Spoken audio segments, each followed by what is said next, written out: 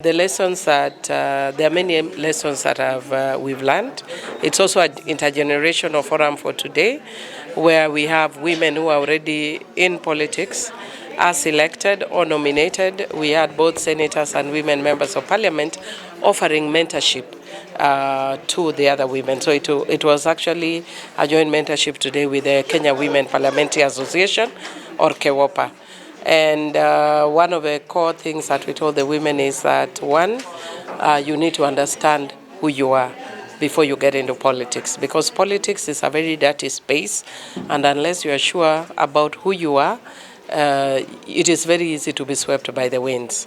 It is so easy to be swept by winds of ideology. It is easy to be swept by winds of character.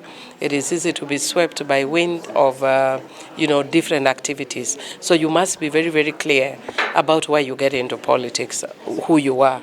You must be very clear about why you want to get into politics. And the why has to do with your values. A lot of people think that politics is glamorous, so they want to come in for a quick buck. Because of the way we have exercised, unfortunately, too much opulence. And we want to thank the Gen Zs for actually forcing politicians to get back to why we are into politics, and which is to serve the country. But even so, I have seen many people who are avowed defenders of the good, and when they get into parliament, they change and they start going in the same direction. So you must be very clear about why you are getting into politics.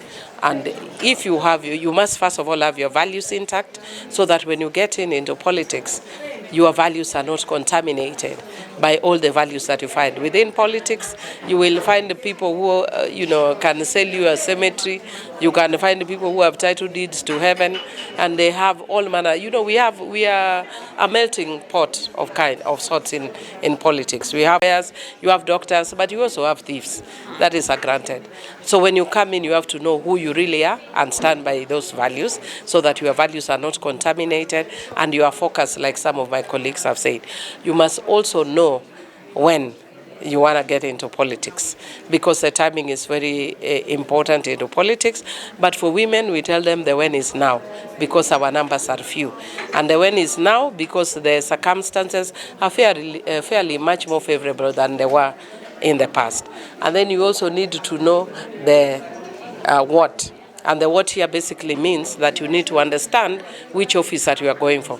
And for you to understand the office that you are going for, you need to shadow one of the members of parliament, or or a person under the position that you want to go for. If you want to go for governorship, shadow a governor. If you want to go for MCA, shadow an MCA, so that you don't get shocked when you get into this space and you're like, wow, this is not what I actually thought politics was about. And the reason I say this is because we've over-glamorized politics. And it's not that. Politics is a very selfless service. A lot of times we are just, I call myself a conduit. I can get 1 million shillings now, but I can assure you by the evening it will be gone.